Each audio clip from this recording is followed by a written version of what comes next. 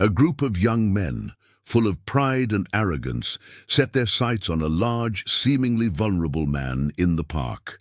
They believe they can intimidate and humiliate him without consequence. The protagonist, a retired MMA champion, seems like an easy target, his size and demeanor marking him as someone to mock. The chapter sets the stage for an unexpected confrontation, where the protagonist's calmness contrasts sharply with the attacker's aggressive arrogance. This first clash of ideologies is the beginning of a deeper narrative, where the real fight is not just physical, but a battle of dignity, respect, and power. A group of young men lounged on the park benches, their laughter echoing through the open space. It was late afternoon, the sun casting long shadows on the concrete paths as the park slowly emptied, but their gang, still loud, commanded attention. "Yo, look at this guy," one of them muttered, his voice full of mockery. The group of friends turned their heads, eyes immediately falling on a man walking across the park, his large frame moving with a purposeful stride. The man, in his early 40s, had a presence that was hard to ignore. Broad shoulders, heavy set, his body towering above most. His black shirt clung to his muscles, showing years of disciplined effort and strength. But there was something different about him. His face held a quiet, reserved expression, the eyes of someone who had seen been through too much to let the world move him. He walked with his head held high, but his pace was steady, unhurried. A smirk spread across the leader of the group, a tall, wiry young man with a defiant posture. He stood up from the bench, brushing his hands off as he stepped toward the man. The others followed, their confidence swelling with the power of numbers. "Hey, big man!" The leader called out, his voice loud enough to break through the evening's stillness. "Where you going? Too big to be out here walking alone?" The man didn't respond immediately. He slowed his pace, glancing at the group with an expression that was unreadable. The leader didn't like the silence. "Yeah, that's right, I'm talking to you, fat ass. What's it like being that big and still looking like a joke?" The words spilled out of him like venom, dripping with superiority. He had an audience now. His friends were watching, and he needed to show them he could intimidate anyone. The man's face remained neutral, his lips barely twitching. He was a wall of calmness, unaffected by the verbal assault. The leader saw this as weakness, a challenge to his power. One of the group members, a tall guy with tattoos snaking down his arms, laughed. "Man, you should hear what he's saying. Probably can't even run from us if we tried to chase him down. Slow ass." He threw in a few exaggerated pantomimes of trying to run, pointing at the man's size, his laughter shared by the others. The retired MMA champion, Marcus Ellison, didn't flinch, didn't even speed up his walk. He was used to insults, even used to being underestimated because of his size. He was a man who had spent his youth in rings, breaking down barriers, proving people wrong. But now he walked through the world with the quiet strength of someone who had been through the fire. He wasn't afraid of these boys, but he wasn't interested in playing their games either. The leader's face contorted with frustration. He wasn't getting the reaction he wanted. No anger, no discomfort, just calm. "Look at you, standing. They're like you're some big shot," the leader continued. "You think just because you're big and can probably hurt someone, you can get away with acting like you own this place? Let me guess, you're one of those guys who sits around telling stories about how you used to fight in some cage or whatever. MMA champion, huh? More like out-of-shape, washed-up big guy who can't even get a proper job." The group chuckled, their laughter sharper, louder. But Marcus didn't take the bait. He kept walking. He didn't need to defend himself. He didn't need to prove anything to anyone. He knew who he was. The leader, losing patience, stepped in front of Marcus, blocking his path. The other members of the group spread out behind him, trying to close in on Marcus, cutting off any chance of escape. "Not going anywhere until we've had a little chat," the leader sneered, now only inches away. His chest puffed out, his posture challenging. "You're gonna give me some respect, or I'm gonna teach you a lesson about who owns this place." Marcus stopped. His eyes flicked from the leader to the other members of the group. He wasn't angry, just assessing. He'd been in situations like this before. These weren't men who had anything on him. They were like mosquitoes, annoying but harmless in the grand scheme of things. The leader, emboldened by the silence, raised his fist in an exaggerated threat. "You really think, just because you're big and intimidating that—" But before he could finish, Marcus acted. In one swift motion, he grabbed the leader by the wrist, twisting his arm and using the young man's momentum to flip him onto the ground. The sound of the fall was heavy, echoing like the cracking of a tree branch. The gang froze, momentarily stunned by how quickly it had all happened. The leader's friends backed up, eyes wide with disbelief, unsure of what to do next. They had all assumed they were dealing with a slow, fat man who would stand there and take it.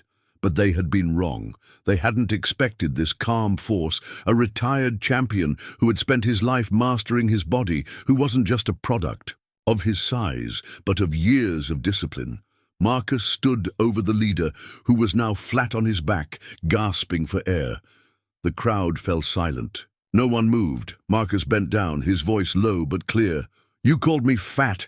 You think that means something?" His eyes bore into the leader's, sharp and steady. "I've been where you are. I've fought in front of thousands, bled for every inch I've got, and you think calling me fat gives you power?" The leader, struggling to breathe, looked up at him, fear creeping into his eyes. Who the hell do you think you are?" Marcus stood tall again, his calmness unshaken, and he spoke with the quiet intensity of someone who had seen too much.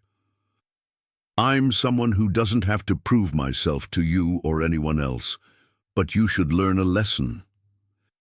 He stepped back, his voice echoing across the park. "Don't judge people based on what they look like, because you never know who you're dealing with." He turned and began to walk away, leaving the group in stunned silence. Behind him, the leader struggled to rise, and his gang members exchanged nervous glances. They had thought the big man was a joke. They had thought they could tear him down with words. But now they stood in the shadow of something they couldn't understand. Marcus's calm demeanor was a wall, unshaken and unbothered, while their arrogance had crumbled in the face of reality. They were left in the dust, learning that respect wasn't something to be demanded, it was something to be earned.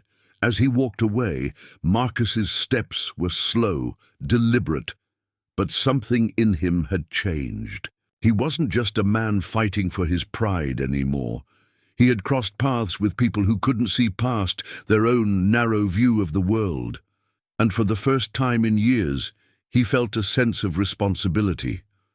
Not just to himself, but to those who would be caught in the web of hatred and ignorance that was about to descend upon him. Marcus's simple act of self-defense has already made a statement, but he's unaware that this altercation is only the beginning.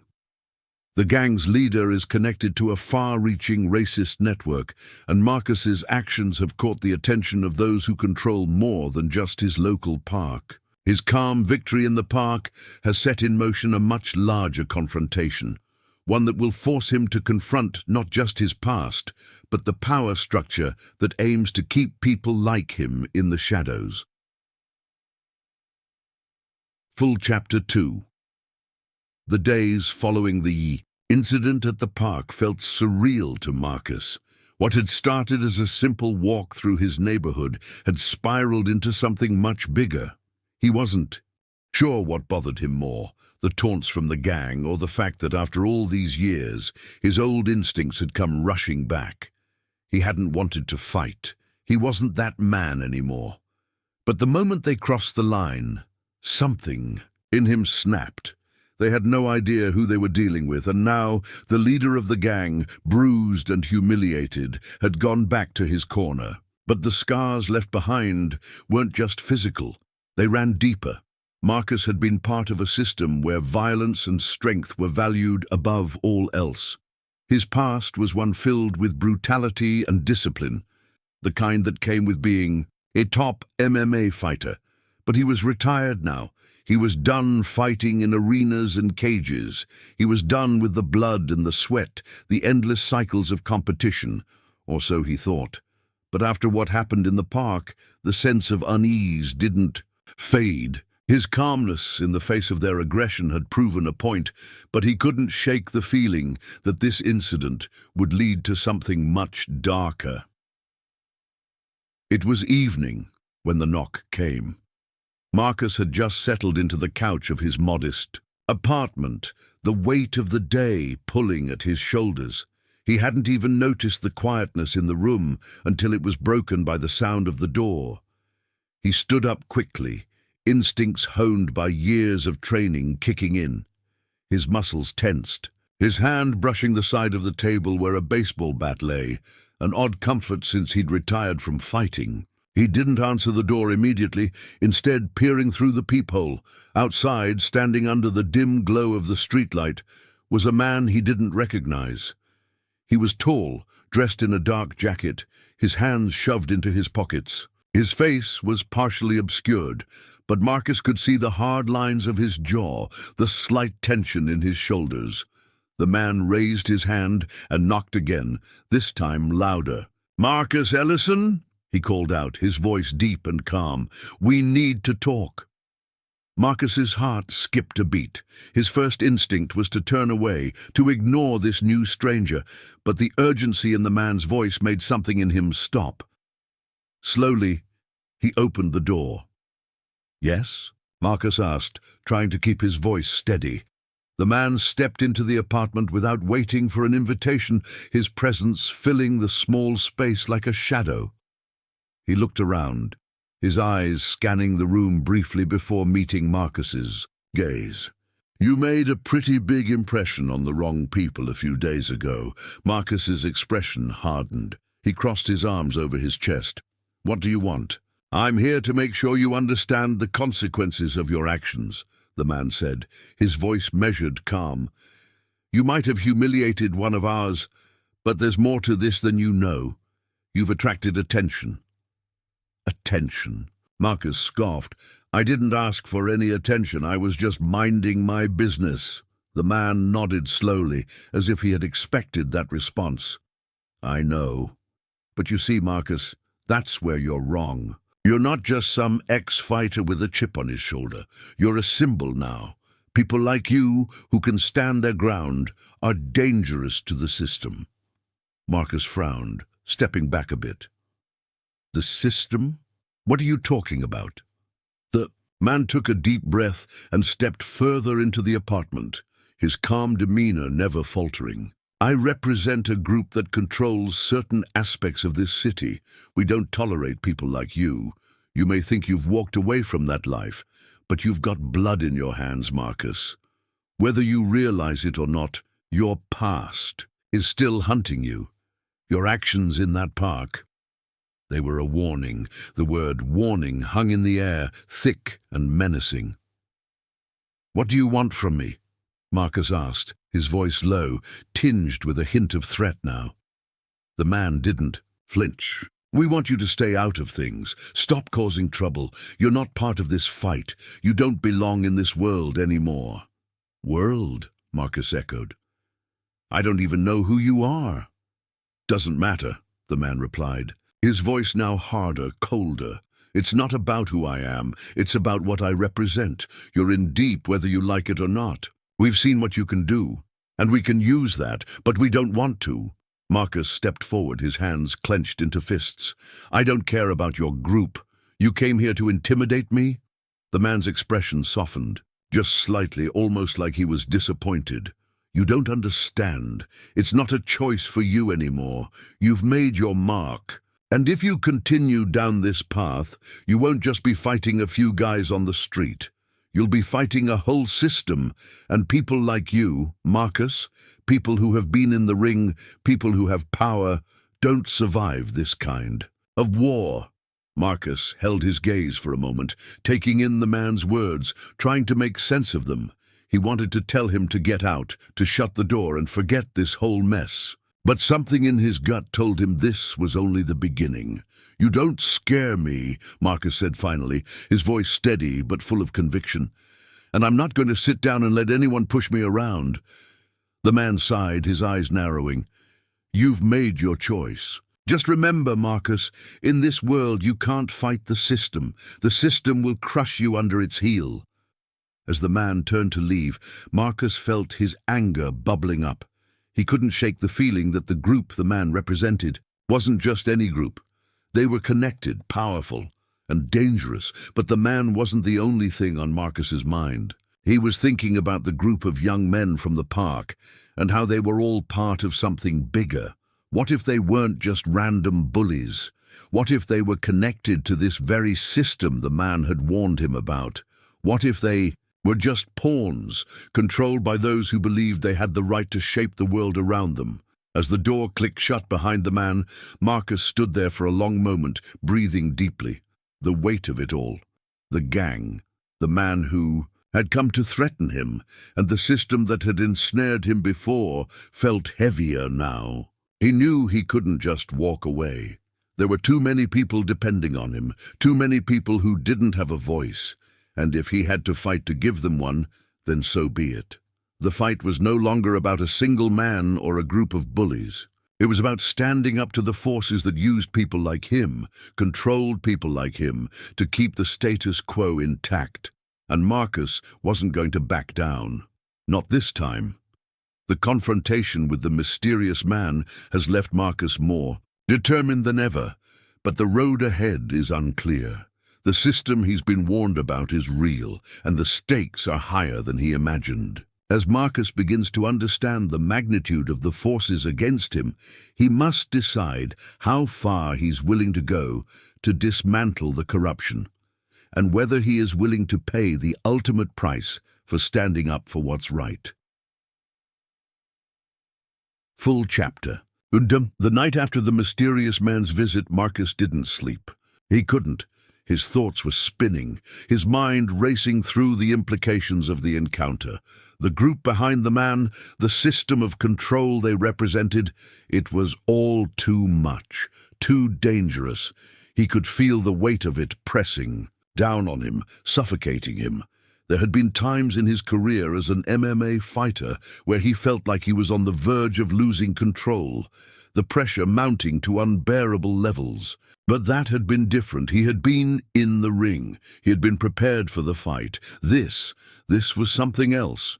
He wasn't just fighting a man in a cage anymore. He was fighting against an unseen, powerful force that reached far beyond the confines of the physical world.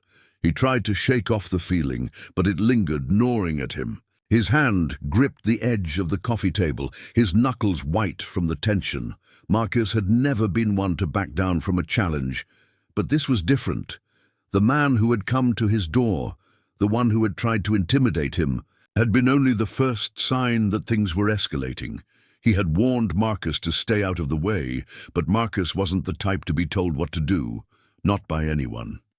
That night, as the hours dragged on, Marcus made a decision. He couldn't sit by and let things unfold. He needed answers, and he needed them fast. The next day, Marcus took to the streets of the city, his eyes sharp and watchful. He had been in this world before, the world of competition, of violence, of power. But now, it felt like a different kind of battle. He was a man out of place, an old warrior in a world that had moved on. He hadn't been active in the MMA world for years, but he was still known. His reputation was one that resonated deeply in certain circles. And those circles were about to collide. His first stop was an old friend, someone he trusted. Paul. Pablo Rivera had been one of his training partners back when Marcus had been in the thick of his fighting career. They had shared locker rooms, fights, and victory celebrations. Pablo had retired just like Marcus, but unlike Marcus, he hadn't walked away from everything. He had stayed connected to the underworld, the networks that kept things running, the ones who saw the system for what it was and learned how to navigate it. When Marcus walked into the rundown gym, the scent of sweat and disinfectant hit him immediately, familiar and grounding. Pablo was leaning against the far wall, lifting weights. His massive frame moved fluidly, a reminder of the strength he once had, but his eyes flickered up when he saw Marcus, his expression shifting to one of cautious curiosity. "Marcus," Pablo said, wiping the sweat from his brow. "Been a while. What brings you here? Thought you were done with all this." "I need information, Pablo," Marcus said, his voice low. "Something's happening, something bigger than I'm prepared for. I'm being watched, and I need to know who's behind it." Pablo straightened up, his brows furrowing. "You know that's not something I can just give away, right? Information in our world costs. And if you're asking for that kind of help, it's not going to come cheap." Marcus didn't flinch. He didn't need to. He knew the cost of information, and he was ready to pay it. "I know the risks," Marcus said, his voice steady. "But I don't have time for games. This isn't just some street fight. This is bigger than I am, bigger than anything I've ever faced. I need to know who's pulling the strings." Pablo took a long look at him, sizing him up as though debating whether to let him in on the secret. Finally he nodded, crossing his arms. "There's a network," Pablo said quietly, leaning in closer. "A powerful one. They control everything. The streets, the people, the politicians. They're not just criminals, they're the ones who run the system, and you just got in the way." Marcus's stomach tightened. He had suspected something like this, but hearing it out loud made it feel all the more real. "Who are they? What do they want?" Pablo looked over his shoulder, checking that no one else was listening. "The group that sent that guy to your apartment. They're just one branch of something much bigger. They've got connections all over. But the one you need to be worried about, the one who runs the whole thing, that's Richard Graves." Marcus's heart skipped a beat. The name rang a bell, but it wasn't until now that he realized just how deep Graves's reach was. He had thought that Graves was just some wealthy businessman trying to take over land, but now he knew better. Graves was the puppet master, the one pulling all the strings behind the scenes. He was more dangerous than Marcus had ever imagined. "What does he want with me?" Marcus asked, his voice tight. Pablo shook his head. "Graves isn't after you, not specifically. You just got in the way of something he's trying to control. You've got a reputation, Marcus. You've got a past, and people like him don't like loose ends." Marcus clenched his fists, the realization settling over him. He wasn't just fighting for his farm anymore. He wasn't just fighting for the people who had disrespected him in the park. He was fighting against a man who controlled everything, a man who could erase anyone who stood in his way. Later that evening, as Marcus sat alone in his apartment, the weight of the conversation with Pablo still pressing on him, he began to realize the full scope of the war he had unknowingly walked into. He thought he had left that life behind, thought he could retire in peace. But peace was a luxury he couldn't afford. His phone buzzed with a message. He opened it, expecting something mundane. Instead, it was a text from an unknown number. "You've made your move. We'll be watching you. And if you continue down this path, there's no turning back." Marcus's jaw tightened. He wasn't afraid. He was angry. He stood up, his mind made up. This was no longer about survival. This was about taking down the system that had been manipulating people like him for years. Marcus has learned the true scope of the threat against him, and the stakes have never been higher. The group led by Richard Graves is more powerful and dangerous than he could have imagined, and Marcus must now navigate a world of shadows and deception. The path forward is clear, but the price of standing up against Graves and the system might be more than Marcus is prepared to pay. Full Chapter 4. The days blurred together after the meeting with Pablo. The more Marcus tried to push through, the haze of uncertainty, the clearer it became. He was in over his head. The gang members in the park had been the first warning, but now, knowing that Richard Graves and his network were watching him, Marcus felt the weight of a storm he couldn't outrun. He had spent years avoiding the shadows, living a quieter life, staying out of the chaos he had once thrived in, but it was clear now that peace was an illusion. Graves's influence was vast, and it wasn't just about control over land or business. It was about power, manipulation, and a system that crushed anyone who dared stand in its way. And Marcus had unknowingly placed himself in the middle of it all. The phone call came just after dawn. Marcus had barely managed a few hours of sleep, his mind too restless to find peace. He glanced at the screen. An unknown number. He had a feeling he knew who it was. Marcus. The voice on the other end was calm, but there was an undercurrent of something more. You're starting to make waves, and when people like you make waves, things tend to get complicated. Marcus recognized the voice immediately. It was the man who had visited him in his apartment, the same one who had warned him about the dangers of pushing back against the system. He wasn't surprised the call had come so soon. He had expected it, but now, more than ever, he had to stay focused. "I've already made my choice," Marcus replied, his voice steady, "and I'm not backing down. You and your group can't scare me." There was a short silence on the other end. "It's not about scaring you, Marcus. It's about what happens when you can't see the bigger picture.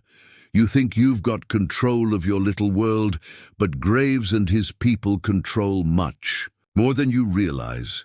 "I know enough," Marcus shot back, "and I'm not your pawn. I won't play by your rules." The man chuckled, but it was empty, lacking the humor it once had. "You don't get it, do you? Graves doesn't need to play by anyone's rules. He makes the rules. You're already in this deeper than you think. You've made yourself a target, and you're too far gone to walk away." Marcus's jaw tightened. He wasn't going to let fear control him anymore, not after everything he had fought through in his life. The man on the other end continued, "You'll find out soon enough. Just know that if you keep pushing, there's a price to pay." The call ended, leaving Marcus standing in the middle of the room, his phone now silent in his hand. The weight of the man's words echoed in his mind, but he refused to let it paralyze him. He had already come too far to stop now. This wasn't about saving face or fighting for pride.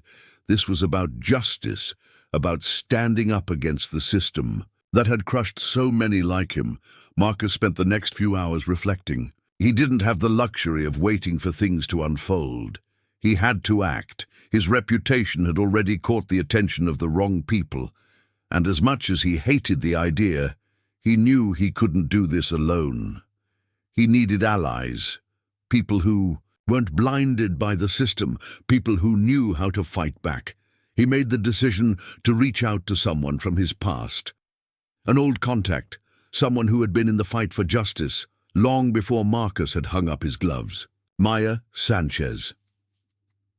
Maya had been a lawyer, passionate and driven, a woman who had spent years fighting for the rights of people who had been oppressed by systems like the one Marcus was facing now.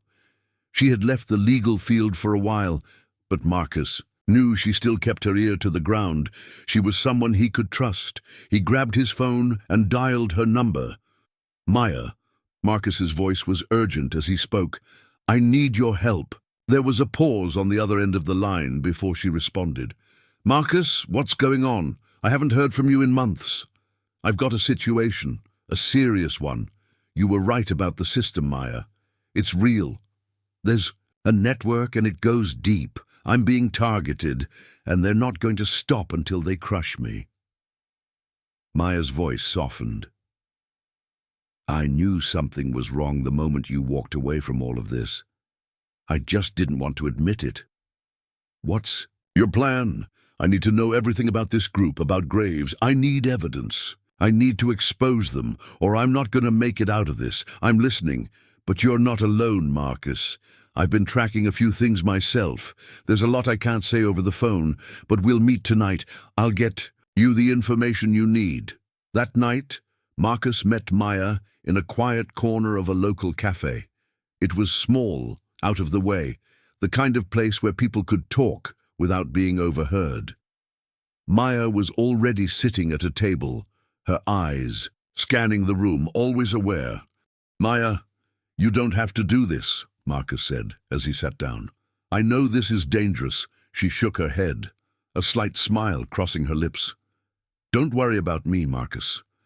I've been in worse situations than this." The conversation turned quickly to the matter at hand. Maya had already started piecing things together. She had contacts in the legal world who were still active, people who had seen the cracks in the system and were willing to expose them. She handed Marcus a few printed files, each one filled with the kind of details that could bring Graves's empire crumbling down. But the information was cryptic, and it was clear that Maya was holding something back. She looked at Marcus seriously. "There's more to this, Marcus. The deeper you go, the more you'll uncover. The people behind this are untouchable, and they don't care who you are or what you've done. If you go after them, you need to know that you'll have a target on your back. The whole system is designed to protect them." Marcus nodded, his expression hard. "I know the risks. I'm not turning back now."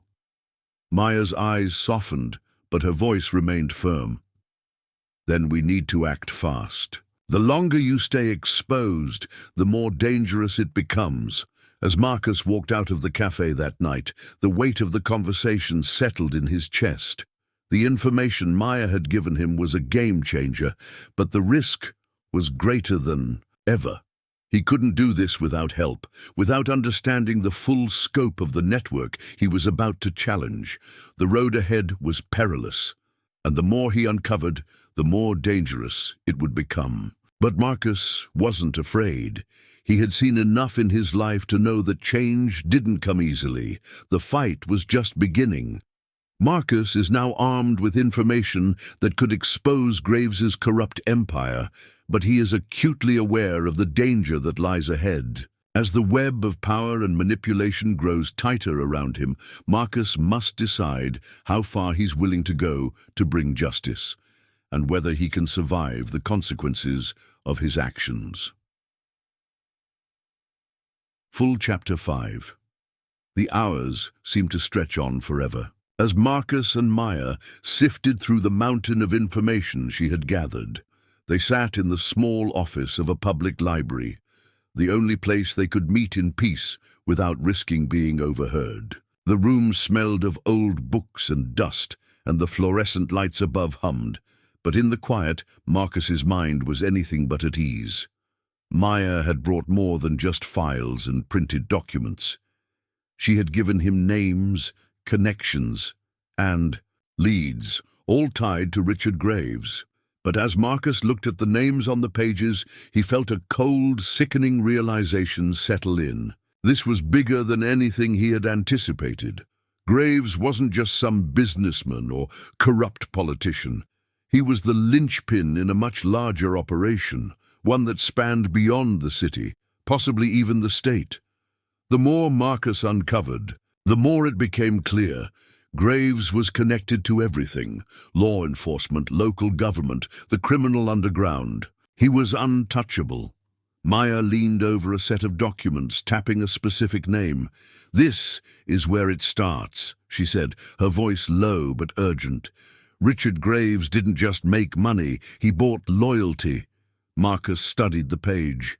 It was a list of names, people in positions of power, from local police officers to judges, business owners, and even some higher-ranking officials. At the top of the list was a name that sent a chill down his spine: Samuel Reed, the city's mayor. "Reed?" Marcus muttered, his brows furrowing. "How is the mayor tied into all this?" "Reed's been in Graves' pocket for years," Maya replied. "He's the one who ensures Graves's land acquisitions go through smoothly. He's been protecting Graves from any legal scrutiny. Graves uses him to grease the wheels, making sure his deals are uncontested. And if anyone tries to interfere, well, Reed knows how to handle that too." Marcus leaned back in his chair, staring at the list. "I never thought it'd go this deep," But Graves has his hands in everything. That's the point, Maya said, tapping the table. He doesn't just control land. He controls the system. The police turn a blind eye when Graves's men rough up people. The courts are rigged in his favor. The mayor does whatever Graves wants. You're not just up against a man, you're up against a network. Marcus gripped the edge of the table, his knuckles white. How do we take it down? Maya took a deep breath. That's the hard part. Graves is untouchable because he's connected to everyone, but we've got to find the weak link. We've got to expose the corruption piece by piece. And the first step is to get evidence of his influence over the mayor. If we can prove that, we can go after Reed and eventually Graves. Marcus nodded slowly. And what if Reed doesn't go down easy? Then we have to make sure we hit Graves where it hurts. The people around him, his loyalists. They'll protect him as long as they get paid, but we can't back down. We need leverage. The next few days were a blur of phone calls, meetings, and covert surveillance. Marcus and Maya continued to dig, slowly pulling the threads of Graves's empire apart. But as they worked, Marcus could feel the danger closing in around him. He had always known there were consequences to standing up to a system like this, but now he could feel the weight of it. The walls were closing in, Graves's men were getting more brazen, and Marcus was starting to feel like a cornered animal. One evening, as they sat in Maya's cramped apartment, reviewing new information, Marcus's phone buzzed on the table. The message was from an anonymous number. You're digging too deep, Marcus. You have no idea who you're messing with. Leave it alone, or it won't end well for you. Marcus stared at the message for a long moment. He didn't need to ask who it was from. The warning was clear, but something inside him snapped. He wasn't going to back down. Not now. Not after everything. We've been compromised, Maya said, her voice sharp. They're watching us. They're trying to scare you off. Marcus clenched his fists, his mind racing. They want me to quit. They want me to run. But I'm not going anywhere. Maya's eyes softened. Marcus, you can't take on this whole network alone. I know you think you can, but we need to be strategic. One wrong move, and they'll wipe us out. He stared out the window, lost in thought. I can't stop now. I've seen what this system does. It's not just about land and money, it's about power. And Graves doesn't care who gets hurt in the process. I'm going to take him down.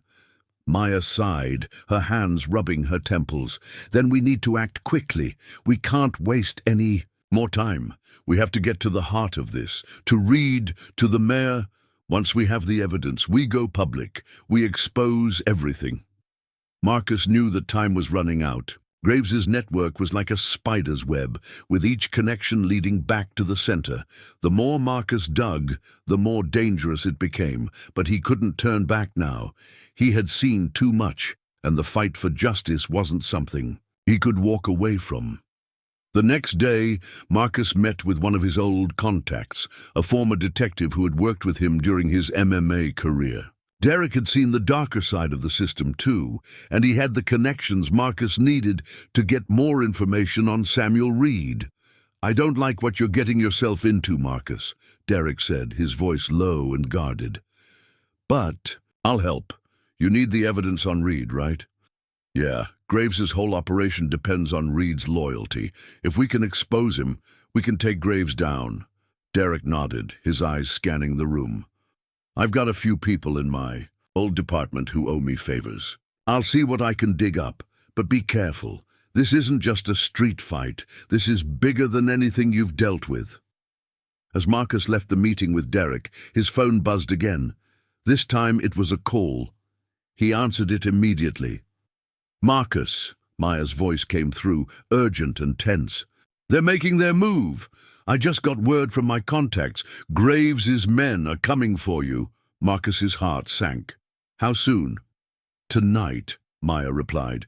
You need to lay low. We've got a small window to expose them. Don't do anything stupid.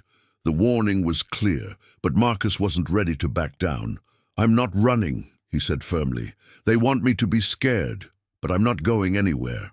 We've come too far. That night Marcus prepared for the inevitable. He knew it was only a matter of time before Graves's men came for him. But he wasn't going down without a fight.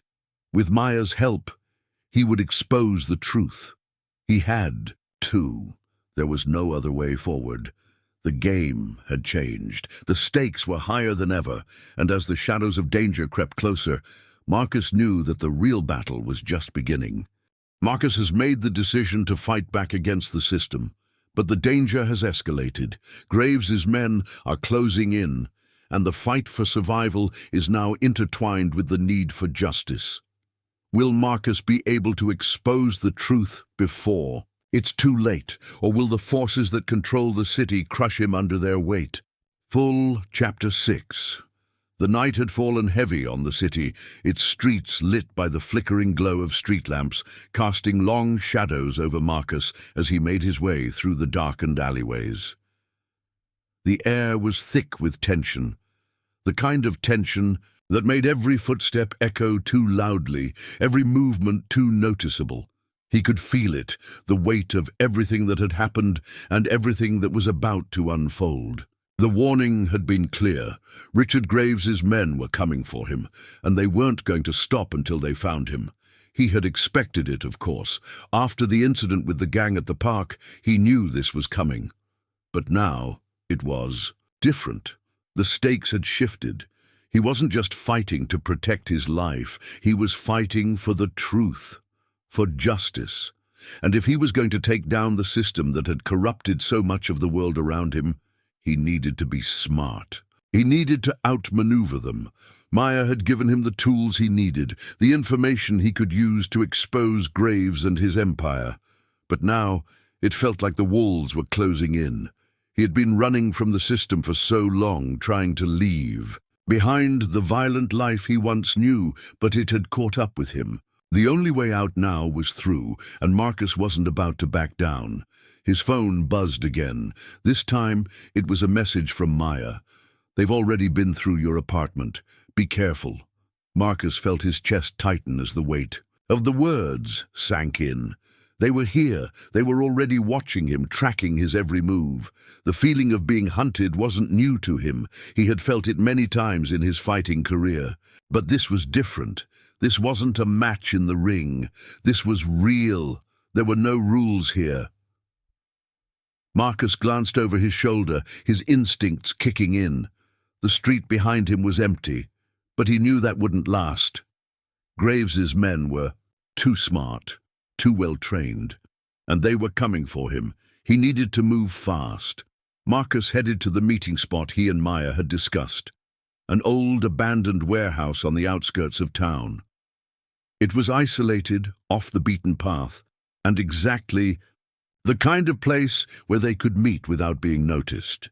The problem was that Marcus didn't know how much longer it would be safe. Every second counted now, and he wasn't sure how much longer he could stay ahead of them. As he approached the warehouse, his mind raced through everything he had learned in the past few days. The names, the connections, the people behind this massive system of control.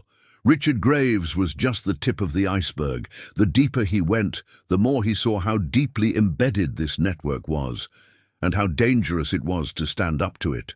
When Marcus arrived at the warehouse, the shadows were long, the place eerily quiet. He knew Maya would be there waiting for him, but he had to be careful. The risk of being caught was too high. He moved cautiously through the broken gate and into the dimly lit interior, where Maya was already waiting. She stood near the back, hidden in the shadows, but Marcus could see the tension in her posture as she watched him approach. Her eyes scanned the room, as always, alert and calculating. "You're late," she said, her voice a little more tense than usual. "Had to make sure I wasn't being followed," Marcus replied, his voice steady but with an edge of urgency. Maya nodded, looking down at the folder in her hand. "I've got more information, but we're running out of time. Graves's men are on the move, and they know you're onto something. They're going to keep coming for you until you stop digging." Marcus took the folder from her, flipping it open. Inside were more documents, photos, names, dates, all pointing back to one thing: Graves's control over the city. There were ties to the police, to city officials, to the courts. The deeper Marcus looked, the more corruption he uncovered. It was like a labyrinth of lies, each turn more dangerous than the last. "You're right," Marcus said, his voice low. "This goes much deeper than I thought. Graves isn't just about power. He's trying to control everything, every system, every institution." Maya sat down on an old crate, her eyes fixed on Marcus. "I know. And the more you dig, the more dangerous it gets. You're not just up against him anymore. You're up against a whole network. People who won't hesitate to take you down if they feel threatened." Marcus clenched his fists, the anger rising in his chest. "I didn't sign up for this. I just wanted to live in peace. But now I've got to finish what I started." Maya's face softened, but her eyes were filled with concern. "Marcus, listen to me. I know you want to do the right thing, but you have to be smart about this. We can't take on the whole system head first. They'll crush you before you even get a chance to expose them." Marcus turned away, pacing. For a moment, he wasn't sure how to answer. He wasn't a man who backed down, not from a fight, not from anyone. But Maya was right. He couldn't be reckless. He needed to be strategic. And the deeper he went, the more it felt like he was caught in the system himself. "I can't walk away," Marcus said finally, his voice quiet but firm. "This isn't just about Graves. It's about the whole damn system, the people who've been crushed under it for too long. I have to do something about it. I can't just sit here and pretend everything's fine." Maya sighed, her face softening. "I know, Marcus. I know. But we need to find a way to expose this without putting your life at risk. We've got the information, but we need to hit them where it hurts." Marcus nodded, his jaw set in determination. "We'll expose them. We'll get to the heart of this, but we need to move fast." The rest of the evening was spent going over the details, making plans, and setting up the next steps, but Marcus could feel the clock ticking. Graves's men were out there, and every minute that passed brought him closer to an encounter he wasn't ready for. He had to move quickly, gather the final pieces of evidence, and take them down. As he left the warehouse later that night, Marcus couldn't shake the feeling that the danger was closing in around him. He had made his choice. He was going to take on Graves, the system, and everything that came with it, but the cost of that decision was becoming clearer with every step he took. There was no turning back now. The walls are closing in as Marcus gets closer to the truth about Richard Graves and the network behind him. But with every step, the danger increases. The system is vast, and Marcus is more entangled than ever. Can he expose the truth before it's too late, or will the powers that control the city crush him under their weight? Full Chapter 7. The city streets were a blur as Marcus drove through them, the sound of the engine hum filling the otherwise quiet night. He had always been a man who thrived on focus, on discipline, but now, as he navigated the dark roads, his thoughts were scattered. His plan was set, or at least the first steps of it were. He had the evidence, he had Maya's support, and now it was a matter of exposing the truth, no matter the cost. He had tried to convince himself that there was no going back now, but the truth was, every step he took felt heavier than the last. The deeper he went, the more he realized that this wasn't just about taking down Richard Graves anymore. This was about exposing an entire system of power, corruption, and violence that had been in place for years. And it wasn't going to be easy. Marcus parked in front of a rundown office building in the outskirts of the city. The area was quiet, the buildings aging, their facades cracked and dirty.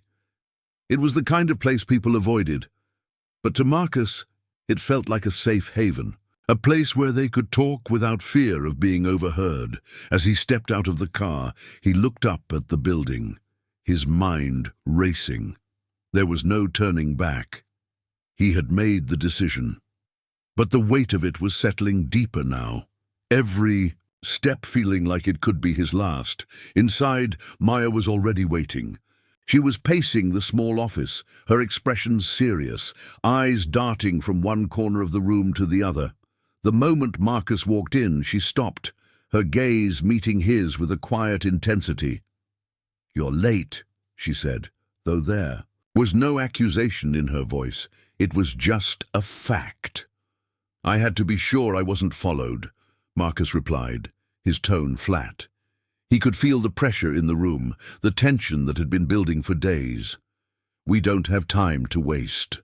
Maya nodded, glancing at the files on the desk. "I've got everything we need. I've made some calls, reached out to a few people who owe me favors. They've been digging into Graves's connections with the city officials. But it's not enough. We'd need something bigger, something that'll make Graves vulnerable." Marcus leaned against the wall, his arms crossed, trying to steady his breathing. The fight in the park, the encounter with the mysterious man, they all felt like small skirmishes now. The real battle was about to begin, and if he didn't act quickly, everything he'd worked for would be for nothing. "I've got one chance at this," Marcus said, his voice barely above a whisper. "We need to get to Reed, the mayor. If we can expose his ties to Graves, we've got them. We'll have leverage." Maya raised an eyebrow. "Exposing Reed will be difficult. He's too well protected. But it's the key, I agree. We have to tie Graves's influence to the city itself. If we can't do that, Graves will just laugh us off." Marcus nodded, frustration building in his chest. He was no stranger to danger, no stranger to fighting for a cause. But this felt different. This was bigger than a ring, bigger than a championship. This was about exposing a network of corruption that had its roots deep in the city's foundation. Did he see? Next few days were a blur of surveillance, meetings, and quiet preparation. Marcus and Maya worked in secret, tracking Reed's movements, trying to find the key that would unlock the connection to Graves. But the deeper they went, the more they realized that Graves wasn't just hiding behind one man. He was hiding behind an entire system, one that was designed to keep the truth buried. Every lead they followed only seemed to point to more dead ends. The police were in Graves's pocket. The judges, the lawyers, even the journalists. They all turned a blind eye to the corruption. Marcus had underestimated the complexity of the system he was up against. It wasn't just about fighting Graves. It was about fighting a machine that had been built to protect men like him.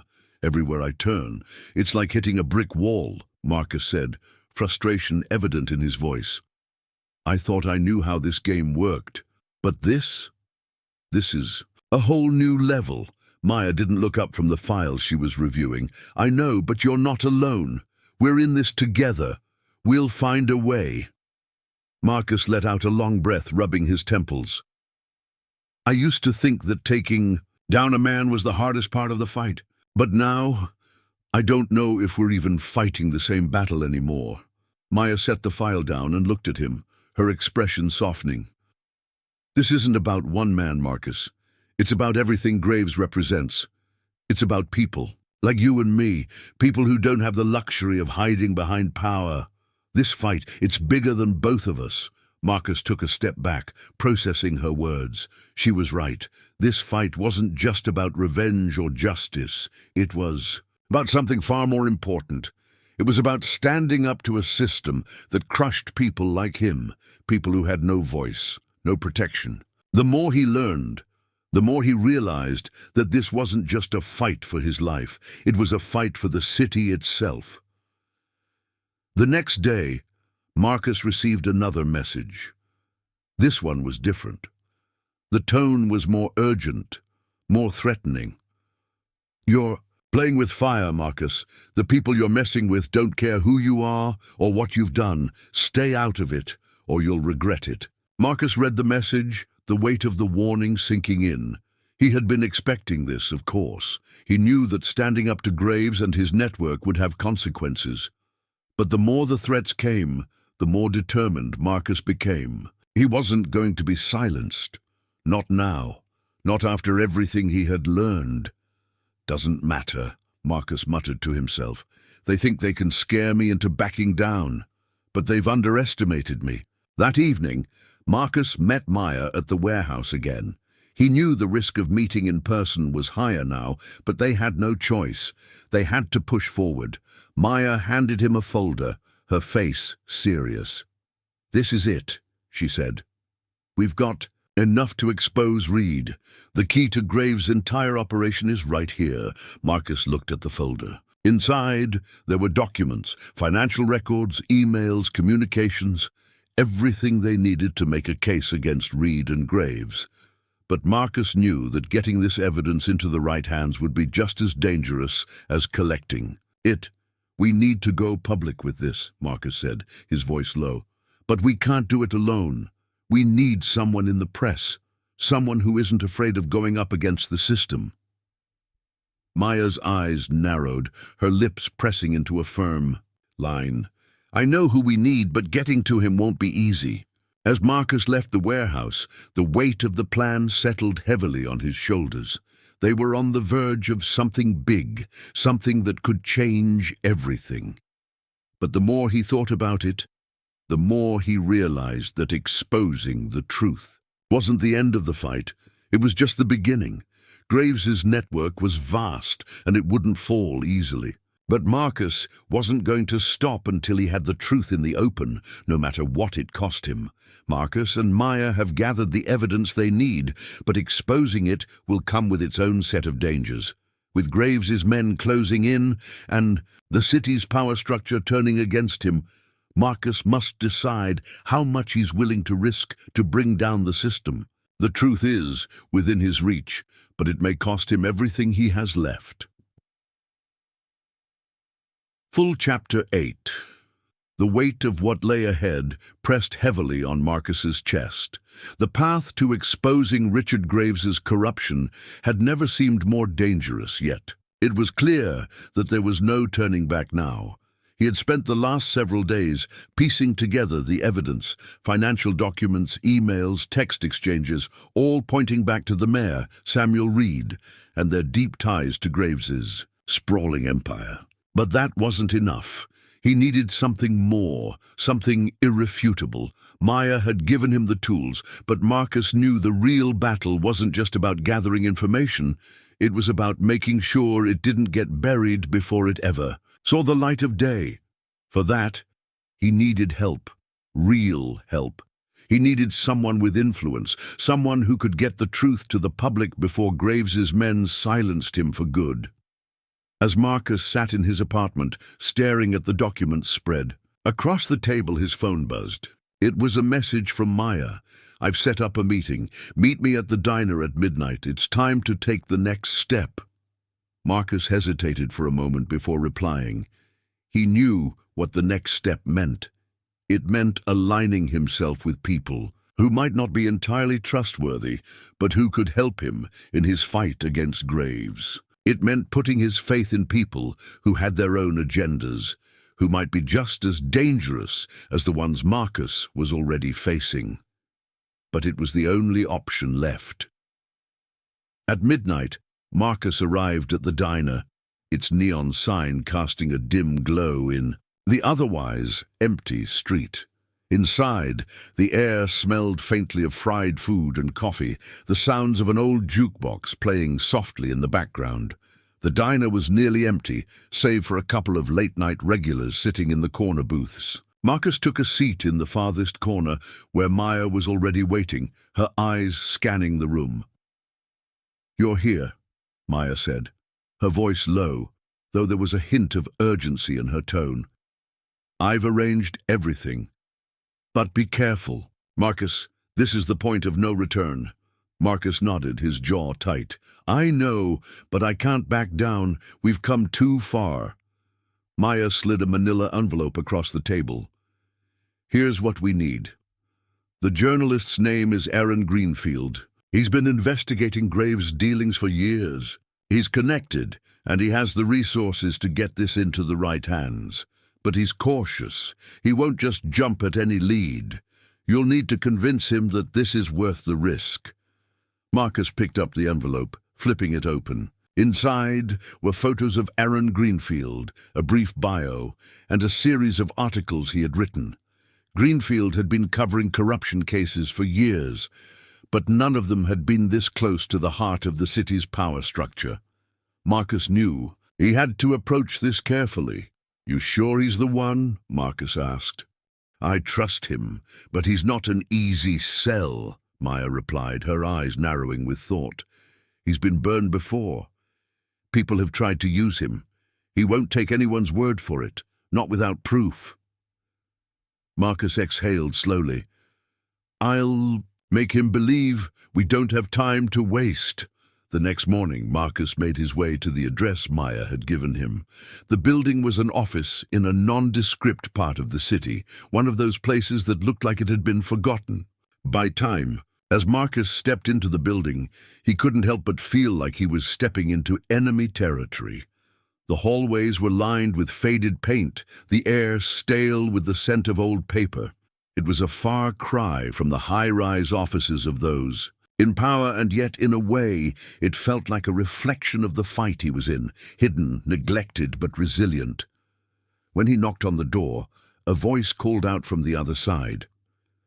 "Come in." Marcus stepped into the small office, his eyes immediately landing on the man sitting behind a cluttered desk.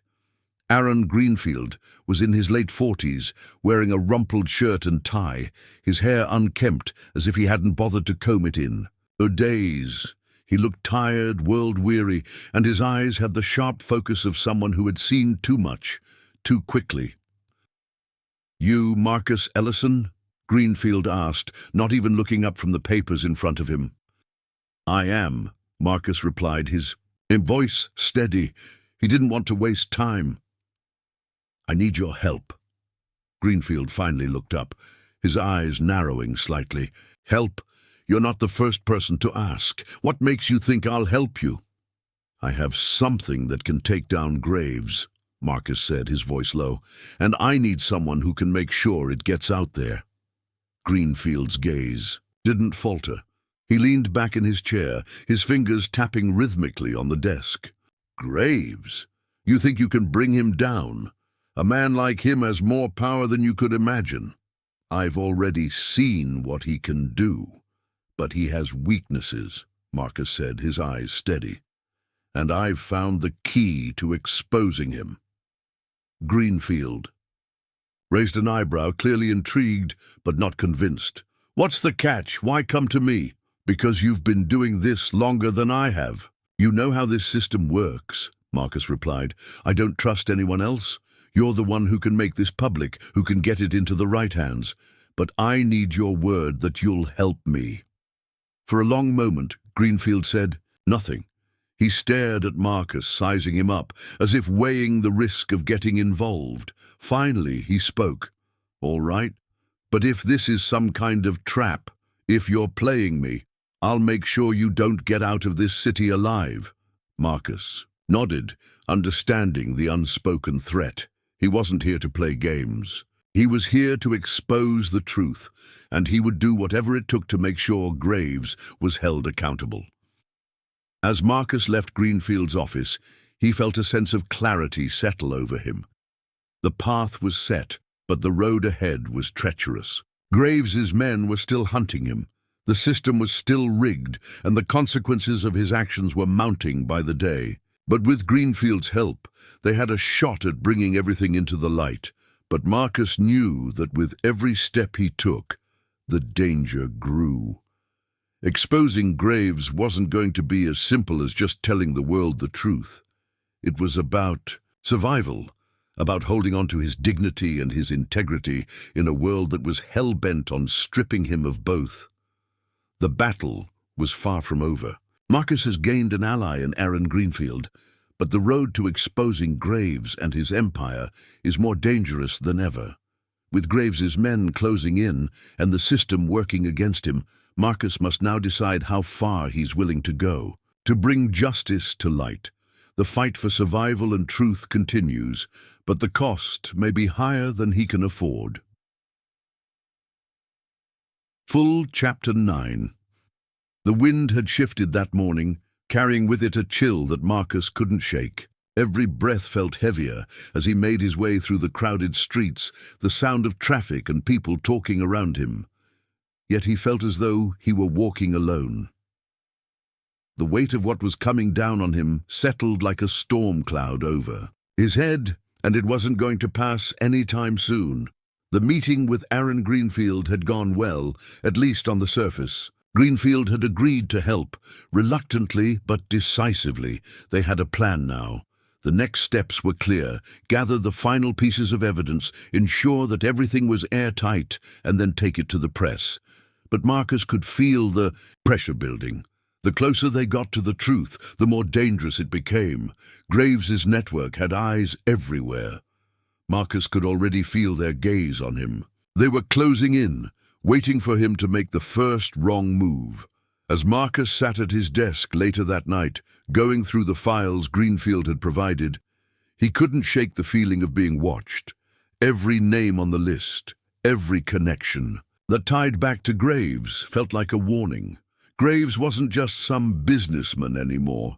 He was a kingpin in a shadow empire that controlled everything. And Marcus was standing on the edge of it. His phone buzzed again, breaking the silence. It was a text from Maya. "Meet me at the old factory at 2 a.m. It's urgent. I've got something you need to see." Marcus stood up without hesitation. Maya had been working tirelessly behind the scenes to gather more intel. And if she was calling for a meeting, it meant something significant had come up. He grabbed his jacket and headed out the door. The old factory was tucked away in a corner of the industrial district, the kind of place people passed by without a second thought. It was dark, the building's silhouette barely visible against the night sky. Marcus parked his car a block away, keeping his distance. He had learned to be cautious, to trust no one, especially not in a place like this. The world had changed since he'd stepped into this fight, and it wasn't just about fighting Graves anymore. It was about survival. As he approached the entrance, the sound of footsteps behind him caught his attention.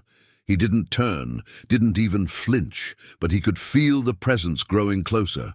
"Marcus!" a voice called out from behind. "It's time to stop running." Marcus turned slowly, his eyes locking with the figure in the shadows. It was the same man who had visited him at his apartment, the one who had warned him to back down. Marcus had expected this. He had known that they wouldn't let him keep digging for much longer. "You should have taken my advice," the man said, his voice smooth, almost casual. "You're getting too close, and that's a problem." "I'm not backing down," Marcus said, his voice hard and unwavering. "Graves' empire is built on lies. I'm going to expose it." The man chuckled, the sound almost condescending. "You don't understand, do you? You think you can just tear this down with a few documents and some half-baked plans? Graves doesn't lose. He owns this city.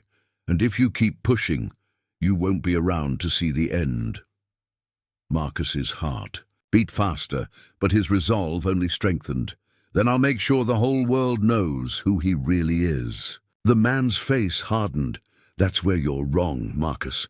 The people in power, they don't care about right or wrong. They care about control, and right now you're just a tool, one that's outlived its usefulness." Marcus's fists clenched, but he didn't make a move. The man was baiting him, trying to get a rise out of him, but Marcus was past the point of anger. This was no longer about pride. This was about exposing the truth. "Who are you, really?" Marcus asked, his voice low. "What's your stake in all of this?" The man's lips curled into a smile. "I'm just a messenger, but you've made your choice. You can either walk away and live, or you can keep pushing, and I'll make sure that Graves makes an example of you." Marcus didn't flinch. "I'm not afraid of Graves or anyone else. I'm going to take him down." The man's smile faded, replaced with a cold, calculating look. "Then you've already sealed your fate." With that, he turned and walked. Away, disappearing into the shadows, leaving Marcus standing alone, the weight of his words sinking in. The man had tried to intimidate him, but it only made him more determined. Inside the factory, Maya was waiting for him, her face grim. "What happened?" she asked, her eyes scanning him quickly for any signs of trouble. "They're closing in," Marcus said, his voice tight. "That man, the one who came to my apartment, he was just here, trying to scare me off. But I'm not backing down." Maya nodded slowly, her face serious. "We don't have much time. We've got one shot at this, and if we miss it, we'll never get another chance." Marcus could feel the tension in the room. Maya was right. The closer they got to exposing Graves, the more dangerous it became, but there was no turning back. Now, they were in this together, and Marcus wasn't going to let fear stop him. Maya opened a file she had been holding, pulling out a series of photos. "This is it. We've got proof. I was able to get access to Reed's bank records. He's been funneling money to Graves under the table for years. This is the leverage. We need to expose them both." Marcus looked over the documents quickly, his mind racing. This was it, the evidence they needed. But as he stared at the files, something gnawed at him. A feeling of unease that he couldn't shake. The deeper they went, the more dangerous this game became, and it wasn't just about taking down Graves anymore. It was about surviving in a world where the rules were rigged against him. "Are you ready for this?" Maya asked, breaking his thoughts. "Once we make this public, there's no turning back." Marcus looked up at her, his expression hardening. "I've been ready for this my whole life. Let's take them down." The decision had been made. There was no turning back now. Marcus knew that the fight ahead would be brutal, that the consequences of what they were about to do could cost him everything. But it didn't matter. The truth had to come out. As he left the factory, his phone buzzed once again. It was another message. "We know what you're planning. You won't make it out alive." Marcus's lips curled into a grim smile as he typed his response. "We'll see about that." Marcus and Maya have everything they need to expose Graves and the corrupt system that has protected him for so long. But with the threat of death looming over him, Marcus must decide how far he's willing to go. Can he stay alive long enough to bring down the empire, or will the system crush him before he can finish what he started? Full Chapter 10. The night was heavy with the weight of impending action. Marcus sat at the small kitchen table in his apartment, staring at the pile of documents spread out before him. The evidence was clear. There were connections, bribes, financial transactions, all pointing back to Graves and his empire of corruption. It was damning, undeniable. But as Marcus ran his fingers over the papers, his gut churned. He knew that exposure was only the beginning. The real fight was just starting. Maya had left a few hours earlier after ensuring that everything was in place. They had their story. They had the evidence. Now they just needed to get it into the hands of the right people. But Marcus knew it wasn't going to be easy. Graves had eyes everywhere. The entire system was designed to protect men like him, powerful, untouchable, and Marcus was just one man trying to bring it all crashing down. His phone buzzed again, breaking his thoughts. Another message. He glanced at the screen, his heart skipping a beat when he saw who it was from. "We know what you're planning. You can't win this fight. Stay out of it, or we'll make you regret it." It was a direct threat, no longer a warning. The message made it clear that Graves's men were coming for him. They were closing in. Marcus stood up slowly, his mind racing. He had expected this, of course. He had known that the moment he exposed Graves, the fight would get even more dangerous. But now there was no turning back. He had made his decision. The system had to change. And he wasn't going to stop, no matter the cost. Later that night, Marcus met Maya at the diner they had used as a safe meeting spot in the past. The bright neon lights outside illuminated the grim faces of the few patrons inside. Maya was already sitting in a booth, her eyes scanning the room as she always did. There was an edge to her, a sense of urgency that matched the tension in the air. "You got the story?" Marcus asked, sitting down across from her. Maya slid a folder across the table, the contents inside heavy with the weight of truth. "It's all in there. Greenfield's taking it to the press tomorrow. He'll make sure it goes public." Marcus nodded, but the unease in his chest didn't fade. "It won't be enough, Maya. We need more. We need a backup plan." "I know," she replied, her tone darkening. "I've been talking to some people. If Graves tries to bury this, we'll make sure it comes back up. But you're right. We need to be ready. Graves has a way of disappearing anyone who gets in his way." Marcus took the folder and opened it. Inside were the details. Greenfield had promised a timeline of financial transfers, photos of Reed meeting with Graves's men, and the paper trail that tied the mayor directly to the illegal land deals. It was all there, and it was damning, but Marcus could feel the weight of the consequences pushing down on him. "We've done our part," Marcus said, staring at the documents. "Now we just need to make sure it doesn't get buried. And make sure we stay alive long enough to see it through." Maya's face hardened, her eyes narrowing as she looked out the window, her thoughts distant. "That's the real question, isn't it? Can we survive long enough?" The next day, Marcus was on edge, unable to shake the feeling that something was about to go wrong. He had never been one to let his guard down, but the pressure of what was coming down on him now was unlike anything he had ever faced. It was late afternoon when he received another message. This time, it wasn't a threat. It was an invitation. "Meet me at the docks. Tonight, alone. You have a choice." Marcus's heart raced. The docks were secluded, dark, a place where few people went unless they had something to hide. It was a risky move. Whoever had sent the message wanted him to come without backup, but Marcus knew better than to ignore an invitation like this. It could be the break he needed, or it could be a trap.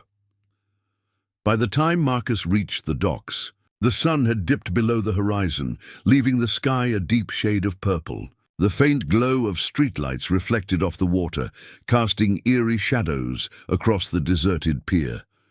Marcus moved quickly, his eyes scanning the area, but he saw no sign of anyone. Then, from the shadows, a figure stepped forward.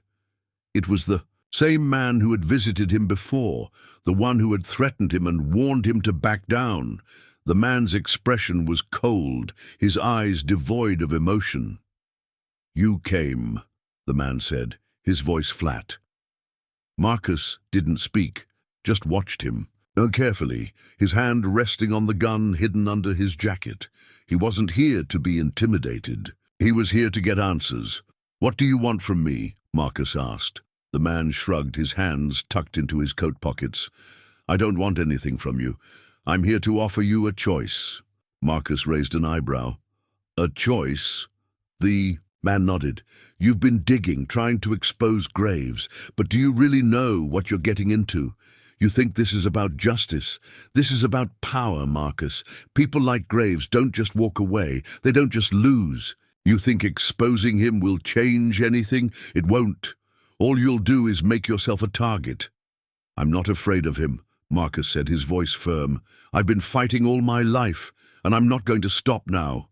The man smiled, though there was no warmth in it. "You still don't get it, do you? You're not just fighting Graves. You're fighting an entire system. And people like you, people who actually think they can change it, you're disposable. The only way to win is to play the game. And if you keep pushing, you're going to lose." Marcus's jaw tightened. "Then I guess I'll lose, but I'm not walking away. Not now, not ever." The man's smile faded. "That's your choice then, but don't say I didn't warn you." With that he turned and walked away, disappearing into the shadows, leaving Marcus standing alone on the dock. As Marcus made his way back to his car, the weight of the conversation settled over him. The warning had been clear, but it wasn't enough to make him second-guess his decision. He wasn't backing down. Not now. Not when he was so close. The game was bigger than he had thought, the stakes higher than ever. But Marcus had made his choice. He wasn't going to let fear stop him. The man's warning lingers in Marcus's mind as he prepares to take the final steps in exposing Graves's empire. But as the walls close in and the danger escalates, Marcus is left with a difficult decision. How far is he willing to go to bring the truth to light, and what will it cost him? The battle for justice is far from over, but the price of winning may be more than Marcus can afford. Full Chapter 11. Marcus sat alone in his apartment, staring out the window at the city beyond.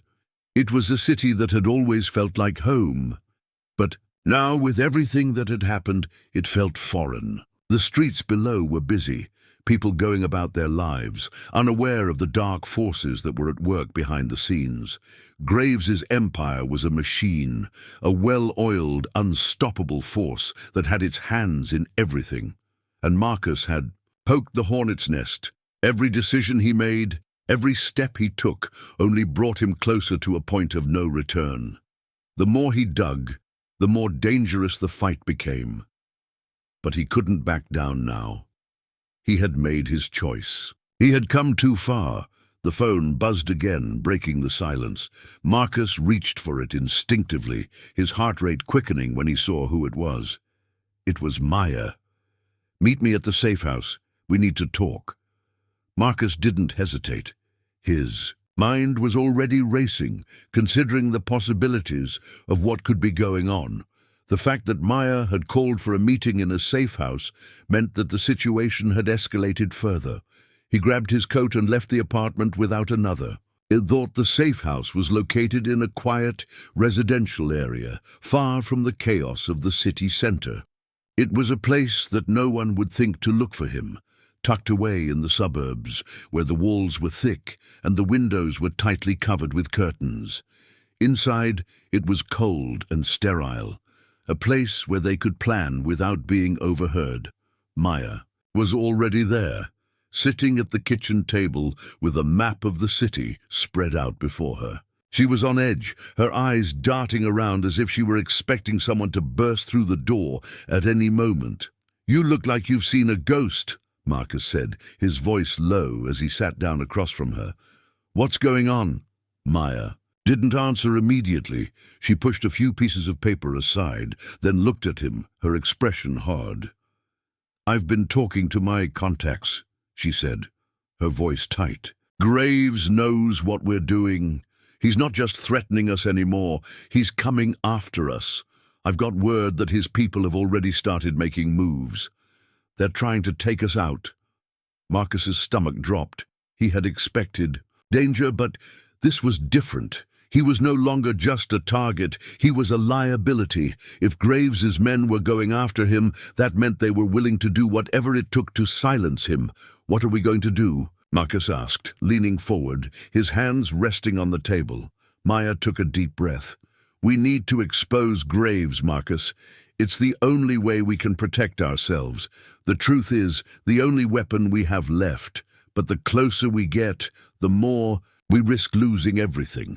Graves has too many connections, too much power. If we don't act soon, it'll be too late." Marcus stood up, pacing the room. His mind was a whirlwind of thoughts, each one more urgent than the last.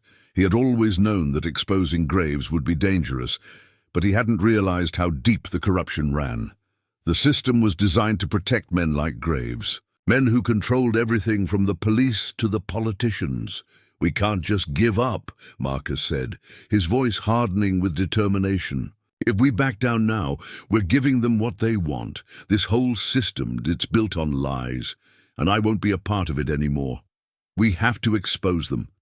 We have to show everyone the truth." Maya's face softened, but her eyes were filled with concern.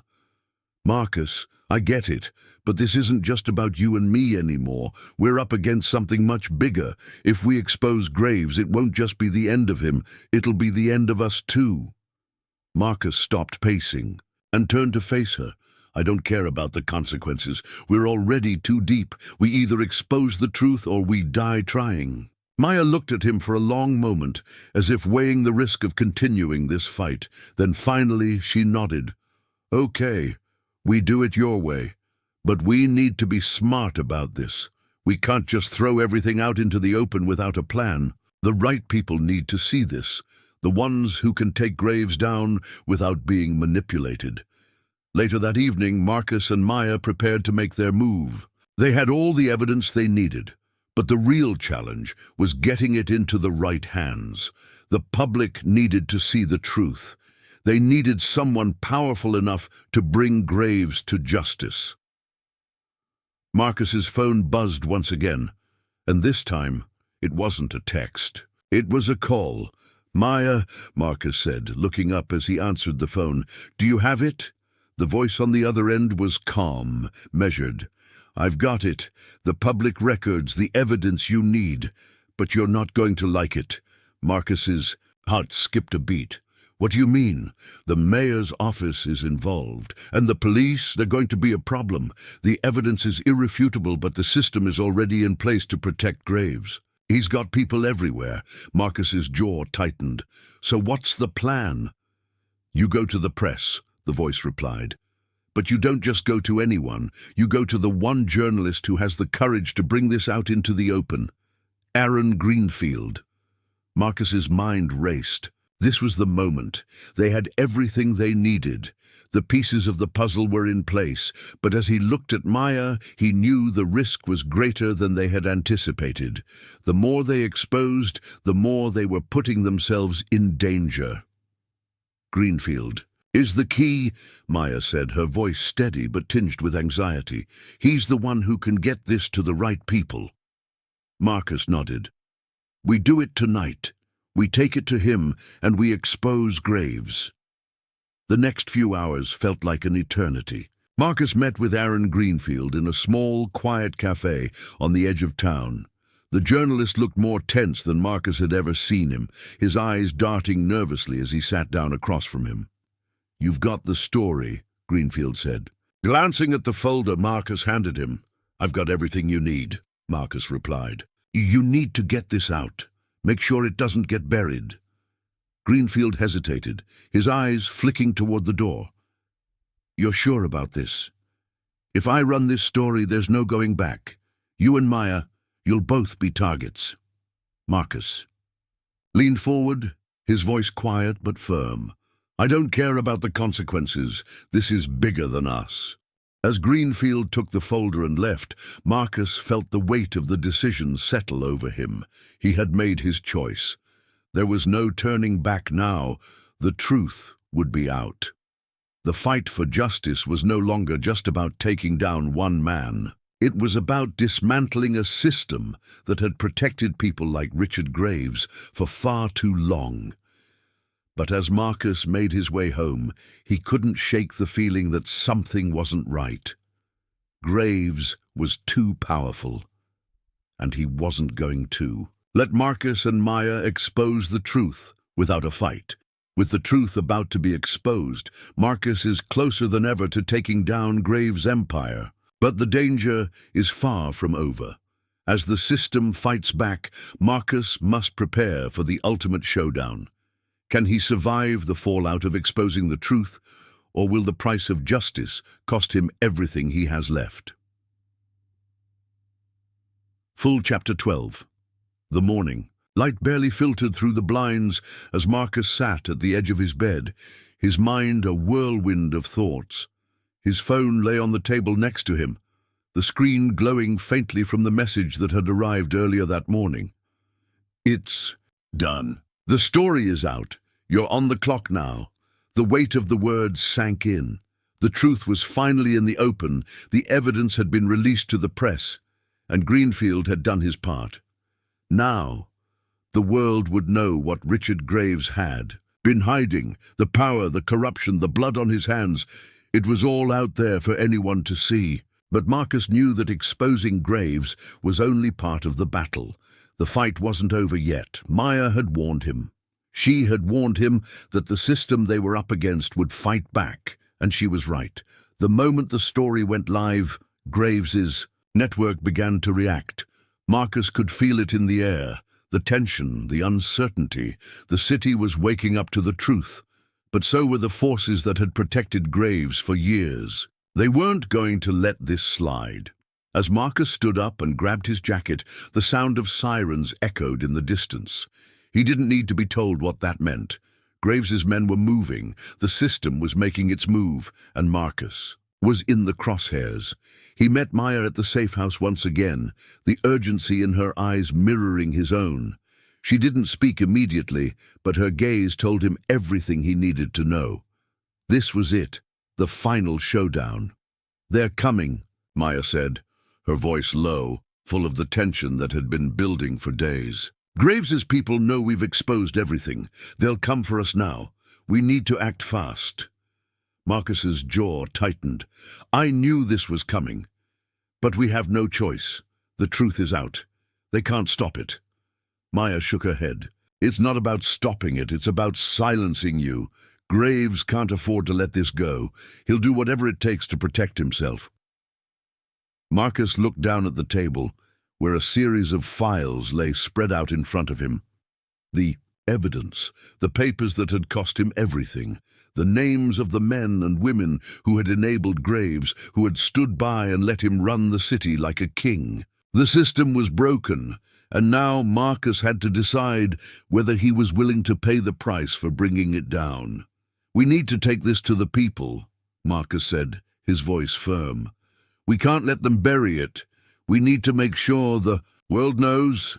Maya nodded, though there was a trace of doubt in her eyes. "We're not just fighting Graves anymore. We're fighting a system that's been built over decades.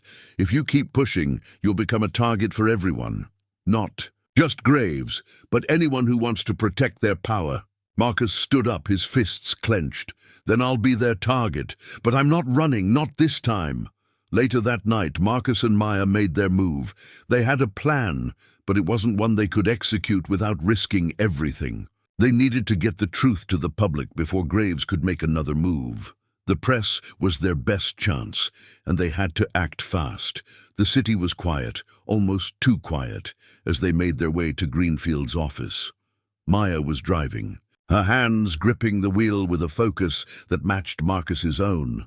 They both knew the danger that was coming, but neither of them flinched. This was the moment they had worked for, the moment where everything would change. When they reached Greenfield's office, it was exactly as Marcus had expected. The lights were on inside, but the building was eerily still. They stepped out of the car, moving quickly toward the entrance.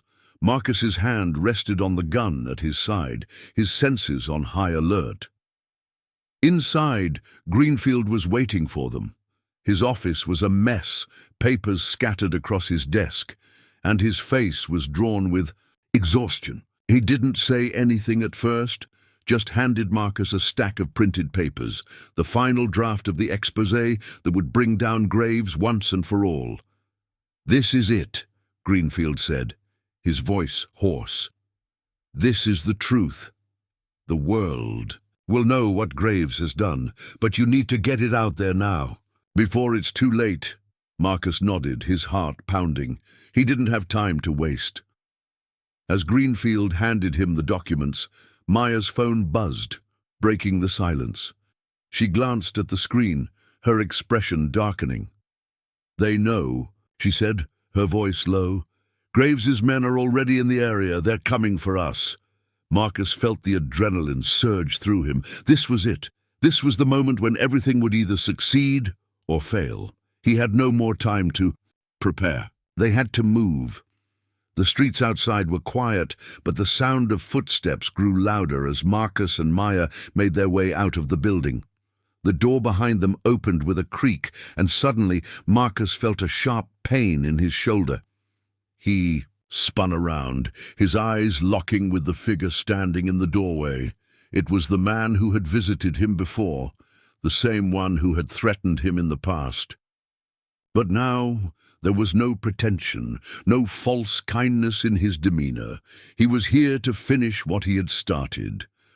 "You should have stopped, Marcus," the man said, his voice cold. "This is where it ends." Marcus gritted his teeth, his hand, reaching for his gun, but before he could react, the man's men appeared, emerging from the shadows. "They were too many, too fast. You've been a thorn in our side for far too long," the man continued, "and now it's time to end it." Maya stepped forward, her voice sharp. "You can't stop the truth, it's already out." The man smiled, but it wasn't a smile of victory. It was one of cold resignation. "You don't understand. It's never been about the truth. It's about control. And you've made a very dangerous enemy." The sound of sirens began to grow louder in the distance, but Marcus knew it wasn't the police. It was more of Graves's men coming to finish the job. Without warning, Marcus lunged at the man, knocking the gun out of his hand. But in that moment, everything changed. The fight that Marcus had tried to avoid, the battle for his life and the city's future, was now an all-out war. And he had to fight, not just for survival, but for the future of everything he had worked to expose. The final battle is upon Marcus. And with the truth exposed and the system closing in, the stakes have never been higher. Will he survive the onslaught from Graves's men? Or will his fight for justice come at a cost greater than he's willing to pay? The endgame is here, but victory is far from certain. Full Chapter 13. The world seemed to slow down around Marcus as he faced the man who had been hunting him. The figure in front of him, calm and calculating, was the last person he ever expected to encounter in this final moment. The cold, emotionless face of the man who had warned him about the consequences of his actions now seemed like the embodiment of everything Marcus had been fighting against. "You've come this far," the man said, his voice smooth, almost sympathetic. "But you won't get any further. This is where it ends." Marcus felt the familiar rush of adrenaline surge through him, the instincts of a fighter taking over. The truth was out now. It had been exposed, and nothing could stop it. But the man's words were a cold reminder of the power they were up against. They were standing in the shadow of a system that had been built to destroy people like him. "You're wrong," Marcus said, his voice firm, though every muscle in his body was on edge. "This isn't just about me anymore. This is about exposing the truth. And you can't stop it." The man chuckled darkly. "You think you can expose anything? You think you can win? There's a reason Graves has controlled this city for as long as he has, because people like you are expendable. And in the end, you'll learn the hard way that no one gets away with standing up to the system." The words hit Marcus like a punch to the gut, but they didn't shake him. He had come too far to back down now. The evidence was out there. The press was already running the story, but the danger was far from over. Without warning, one of the man's men lunged at Marcus, but Marcus was faster. He sidestepped, grabbing the man by the arm and throwing him to the ground. His heart pounded in his chest, but his focus remained sharp. He wasn't just fighting for himself anymore. He was fighting for everyone who had ever been crushed by a system like the one Graves represented. The man watching him from the shadows didn't flinch. He was calm, almost detached, as if he were watching a game unfold. But Marcus knew better. This wasn't a game. It never had been. "Is this what you want?" the man asked, his tone growing colder. "Do you really think you're going to win this fight? Do you think your little rebellion is going to change anything?" Marcus didn't answer. He didn't need to. His actions spoke louder than words. With one swift motion, he knocked the man's gun out of his hand, sending it skidding across the floor. The man reacted quickly, but Marcus was faster. He grabbed the man by the collar, lifting him off the ground and slamming him against the wall. "You've been part of this system for too long," Marcus said, his voice low but full of resolve. "And now it's time for it to come down." For the first time, Marcus saw something in the man's eyes, a flicker of fear. It was brief, but it was there. But just as Marcus felt the power of the moment, the door to the warehouse burst open, and more of Graves's men stormed in. They were armed, their faces grim, their movements calculated. Marcus knew the fight had just begun, and the odds were no longer in his favor. They were closing in, and the pressure was building. His mind raced. He had no backup. The press was miles away, and Greenfield had already done his part, but Marcus had made his choice. He wasn't going to let them win. "Get him!" the man shouted, signaling to his men. Marcus moved quickly, dodging the incoming assault, using every ounce of his training to stay one step ahead. The fight had moved from words to action, and Marcus was determined to make sure it wasn't his last. As the first man lunged at him, Marcus ducked and swept his leg, taking the man down with a swift motion. Another man came at him, but Marcus was ready. He blocked the punch, spinning the man around and locking him in a chokehold. The fight was intense, but Marcus had the advantage. His training, his experience, it all came rushing back to him as he fought his way through the chaos. He could hear the sound of footsteps coming from behind him, the clatter of weapons being drawn, and the distant sound of sirens. But Marcus wasn't concerned with that right now. The only thing that mattered was surviving this fight and making sure that the truth would survive with him. "Enough!" the man shouted, his voice filled with rage. "You think you can just tear everything down? You're a fool." Marcus didn't stop. He pushed forward, knowing that every second he spent in this fight brought him closer to exposing the system. The man had underestimated him. He had thought that Marcus was just some big, untrained brute, someone who could be pushed aside. But Marcus had spent his life fighting for something more than just victory. He had fought for the truth, for justice, and now it was time to finish what he had started. With one final move, Marcus knocked the man out cold, his body crashing to the floor. He stood over him, breathing heavily, his chest rising and falling as he looked at the fallen figure. This was it. The fight was over, but the battle for justice was far from finished. But as the dust settled and the sirens grew louder, Marcus heard another voice, one that sent a chill down his spine. "You're not done yet, Marcus." The voice was familiar. It was one he had heard only hours before, the voice of the man who had threatened him, the one who had tried to intimidate him into backing down. Marcus turned, his heart racing. There, standing at the entrance of the warehouse, was another figure. A man in a dark suit, his face shadowed but his presence undeniable. "This isn't over," the man said, his voice calm, calculated. "You may have taken down a few of my men, but you can't stop Graves. You'll never stop him." Marcus's fists clenched, his mind racing as he realized what was happening. This wasn't just about one fight. This was about something much bigger. The system wasn't going to fall with one victory. It was going to take everything he had to bring it down. And even then, he wasn't sure it would be enough. Marcus's victory over Graves's men has brought him closer to the truth. But the fight is far from over. As the true power behind the system steps forward, Marcus must decide how far he's willing to go to bring down Graves and his empire. The stakes have never been higher, and the final confrontation is coming.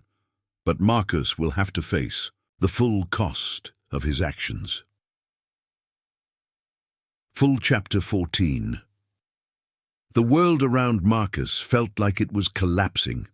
The fight had gone from a struggle for survival to an all-out war against the system that had kept Richard Graves in power for so long. Graves's empire had seemed invincible, a network of corruption and manipulation that stretched through the city like a spider's web. But now, the web was beginning to unravel, and the truth, the one thing that Graves had worked so hard to protect, was out in the open.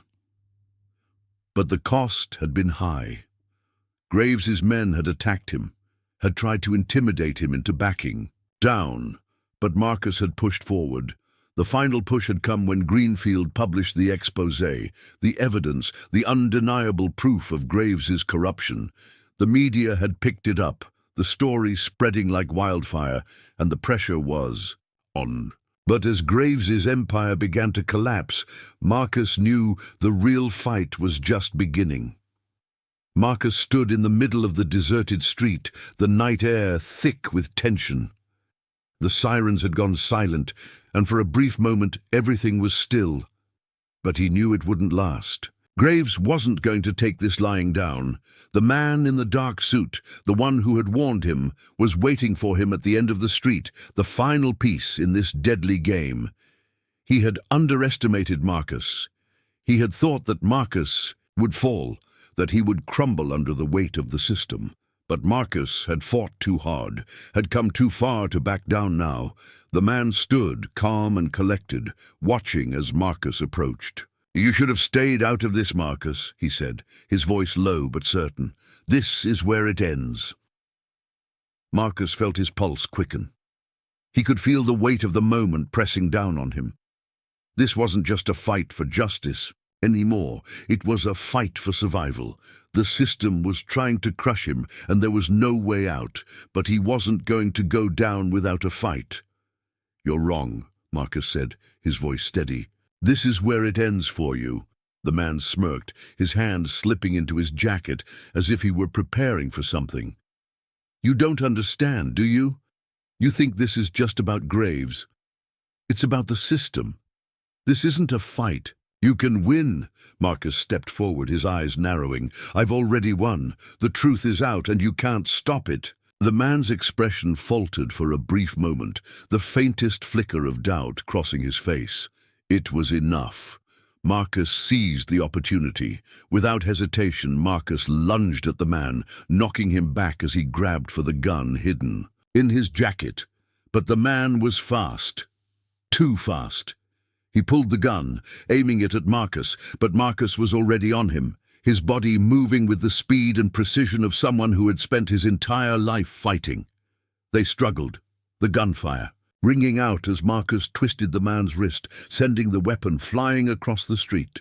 The two men grappled, each one trying to gain the upper hand. Marcus had trained for years, honed his body and mind in the cage, but this wasn't a fight for sport. This was survival. "You don't know what you're up against," the man spat. His voice strained as Marcus pinned him to the ground. "You think this is about right and wrong? It's about power. And Graves controls everything." Marcus's grip tightened. "Not anymore." With one swift motion, Marcus struck, knocking the man unconscious. He stood over him for a moment, breathing heavily, his body covered in sweat. The fight was over, but Marcus knew that the war wasn't. As he made his way through the dark streets, Marcus's phone buzzed. He didn't need to look at it to know what it was. He already knew. The world had seen the truth.